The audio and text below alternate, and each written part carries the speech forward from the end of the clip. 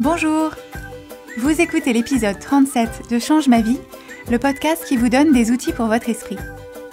Je suis Clotilde Dussoulier, auteure culinaire mais aussi exploratrice de ma vie intérieure, et je partage ici les découvertes qui ont changé ma vie. Change ma vie est un podcast publié tous les jeudis, et vous retrouverez les éléments et les ressources dont je parle sur le site changemavie.com. Abonnez-vous au podcast sur iTunes pour être notifié des nouveaux épisodes chaque semaine. Et si vous aimez ce podcast, la meilleure façon de le soutenir est de laisser un avis avec 5 étoiles sur iTunes, c'est ça qui permet à d'autres de le découvrir plus facilement. Cette semaine, c'est Patrick que je voudrais remercier. Patrick qui a déposé l'avis suivant. Le titre c'est Fenêtre sur le bonheur et il a écrit « Merci Clotilde, ce podcast est devenu mon rendez-vous du jeudi. Une voix de fée clochette, le ton respire le bonheur et les paroles sont frappées au coin du bon sens. Je suis tombée dessus par hasard, mais était-ce vraiment un hasard après tout ?» Merci beaucoup Patrick pour votre commentaire. Et si vous aussi ce podcast vous est utile, n'hésitez pas à écrire une ligne ou deux pour le dire sur iTunes. C'est peut-être votre avis que je lirai dans un prochain épisode. J'aimerais aussi vous inviter à venir télécharger le cahier de l'indépendance émotionnelle que j'ai préparé pour vous. Si vous avez l'impression d'être toujours trop sensible, ballotté par vos émotions et contaminé par celles des autres, ce cahier est fait pour vous. Vous êtes plusieurs centaines à l'avoir déjà téléchargé, vous me faites des retours très positifs, donc je vous invite à aller le chercher sur changemavie.com/mesémotions, en un seul mot et sans accent. changemavie.com/mesémotions, il est disponible gratuitement, c'est pour vous remercier de votre fidélité. Au moment où ce podcast est diffusé pour la première fois, nous arrivons à la toute fin de l'année, et c'est un moment où souvent on a envie de regarder en arrière et faire le point. Et à cette occasion-là, je voulais vous délivrer un message rassurant. Ce message, c'est que si vous écoutez ce podcast depuis plusieurs semaines, voire plusieurs mois, vous vous êtes peut-être aperçu que votre cheminement n'est pas linéaire. Ce n'est pas une pente régulière qui vous mène toujours plus haut. Quand on découvre certaines des notions dont on parle sur Change ma vie, ces notions de développement personnel et de croissance personnelle que vous pouvez aussi lire et découvrir ailleurs, on peut aller très vite beaucoup mieux. Donc ça, c'est la phase où on est très content, et puis on peut déchanter quelques temps plus tard quand on retombe dans les vieilles ornières. Et ce que je veux vous dire aujourd'hui, c'est que c'est normal, c'est attendu, et même ça fait partie intégrante du cheminement. En fait, je vois vraiment l'évolution de l'être humain qui est dans une logique de développement personnel comme une spirale ascendante, c'est-à-dire que ça monte, ça redescend, ça monte, ça redescend, ça monte, ça redescend. Mais si on regarde la pente générale, la moyenne de la pente, ça va globalement dans le bon sens. C'est juste que quand on est dans une des boucles de la spirale, on peut se dire « mince, je redescends ». Je me souviens personnellement, quand j'ai découvert ces outils pour la première fois, j'étais pendant un certain temps sur mon petit nuage, à me sentir bonheur et joie en permanence. Je me sentais la reine du monde, j'avais l'impression d'avoir découvert le secret de l'univers. Et puis bien sûr, la vie étant la vie, elle s'est rappelée à mon bon souvenir et au premier obstacle, je suis tombée doublement de haut parce que d'une part, j'avais cet obstacle à gérer et puis en plus, je me suis dit zut, je croyais que c'était gagné. J'étais déçue parce que c'était comme si je m'étais fait une fausse idée, que j'avais eu un faux espoir et qu'en fait, non, c'était pas ça la solution, qu'il fallait repartir comme avant.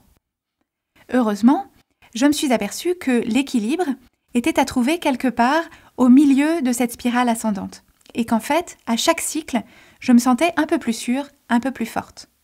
Donc pour la plupart des gens, les étapes se présentent comme ça. La première étape, c'est la prise de conscience. On comprend quelque chose sur son fonctionnement, sur ses émotions, sur ses rapports avec les gens. Donc ça, on comprend quelque chose et d'un coup, il y a une espèce d'ivresse de la compréhension, la lumière s'allume et on se dit « c'est merveilleux ».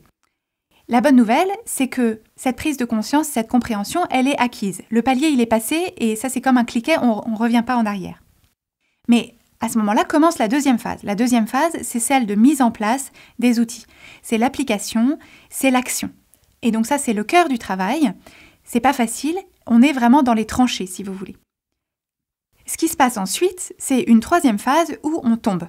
C'est-à-dire qu'à l'occasion d'une situation plus difficile, d'une situation nouvelle, peut-être un coup de stress, un coup de fatigue, on baisse la garde et on revient aux vieux automatismes familiers, ou alors on est dans une situation avec une géométrie qui nous prend de court et on ne sait plus quoi faire des outils qu'on avait adoptés.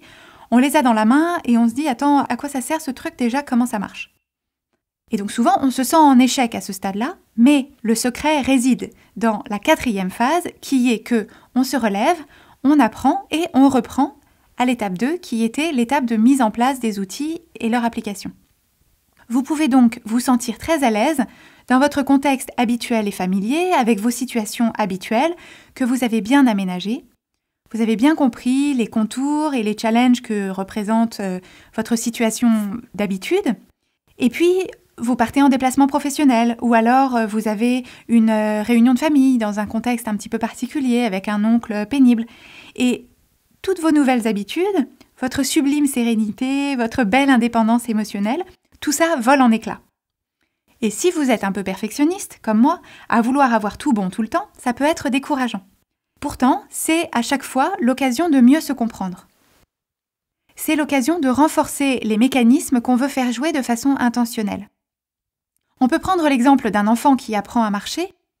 Non seulement personne ne s'attend à ce qu'il commence à marcher et que du jour au lendemain ce soit gagné, mais en plus, personne ne se dit, en le voyant tomber 1 fois, 2 fois, 3 fois, personne ne se dit « tant pis, cet enfant n'y arrivera jamais ». Mais en plus, et ça c'est une subtilité qui échappe à beaucoup de gens, c'est que pour un enfant qui apprend à marcher, chaque chute est l'occasion, au moment où il se relève, de développer ses muscles. C'est-à-dire que la force dont il a besoin pour se relever rend ses bras et ses jambes plus forts et c'est ce renforcement musculaire qui lui permet ensuite de mieux marcher. Donc la chute fait partie de l'apprentissage. Et ce qu'on essaye de faire ici avec l'adoption de ces nouveaux outils, ces nouveaux chemins de pensée, etc., c'est qu'on essaye d'ouvrir des nouveaux sentiers à travers la forêt. Et donc le but, c'est d'y passer et d'y repasser suffisamment souvent pour les défricher, les élargir, les flécher, pour qu'ils deviennent notre itinéraire préféré par défaut. Mais les vieux chemins de pensée seront jamais oubliés complètement. Donc quand vous avez l'impression de vous être pris les pieds dans le tapis, d'être retombé dans de vieux mécanismes de pensée ou des réactions qui ne vous satisferont pas, qui ne vous conviennent plus, il y a 3 étapes à adopter. La première, c'est une étape de bienveillance avec vous-même. Encore une fois, le fait d'avoir des moments où on retombe dans des vieux systèmes, où on ne sait plus se servir des outils, où on n'y arrive plus, c'est normal, c'est attendu et ça fait partie du processus. Donc, rien que ça, ce moment où on pratique de la bienveillance et de la compréhension avec soi-même, c'est une super occasion de la pratiquer. La deuxième chose, c'est que c'est intéressant de se demander qu'est-ce que cet épisode m'apprend ? C'est-à-dire de quelle façon est-ce que j'ai dérapé ? Comment est-ce que je suis tombée ? Et en troisième, qu'est-ce que je peux mettre en place ? Qu'est-ce que je peux me dire pour continuer à avancer ? Et qu'est-ce que je pourrais faire différemment la prochaine fois pour que ça se passe mieux pour moi ? Donc, encore une fois, je veux vraiment vous offrir ce message d'encouragement. C'est normal de faire 2 pas en avant et 1 pas en arrière, ou même 2 pas en avant et 2 pas en arrière, et parfois même 3 pas en arrière.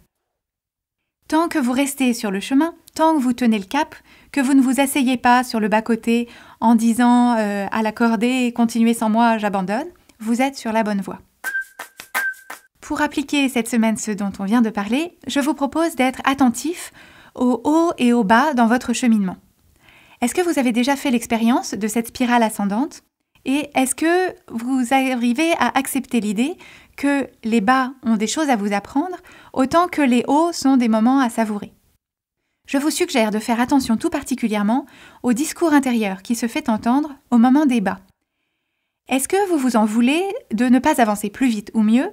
Ou est-ce que vous vous dites que les autres avancent plus vite ou mieux que vous ? Parce que je vous rappelle que ce n'est pas une course, il n'y a personne pour vous chronométrer et d'ailleurs il n'y a pas de ligne d'arrivée. C'est plutôt comme un voyage en bateau, en solitaire. Ce sera sans doute super quand on arrivera à destination, mais la saveur du voyage est aussi dans les escales. Et je vous laisse avec cette belle citation de Nelson Mandela pour clore cette année. Nelson Mandela a dit « Je ne perds jamais. Soit je gagne, soit j'apprends ». Vous retrouverez les notes de cet épisode sur changemavie.com où vous pouvez aussi télécharger mon cahier de l'indépendance émotionnelle entièrement gratuit à l'adresse changemavie.com/mesémotions en un seul mot et sans accent. Abonnez-vous au podcast Change ma vie sur iTunes, laissez-y votre avis si vous le voulez bien et suivez son actualité sur Instagram et sur Facebook sous l'identifiant Oui Change ma vie en un seul mot. Et n'hésitez pas à partager ce podcast avec vos amis si vous pensez qu'il leur ferait du bien. Merci et à jeudi prochain, ce sera l'année prochaine.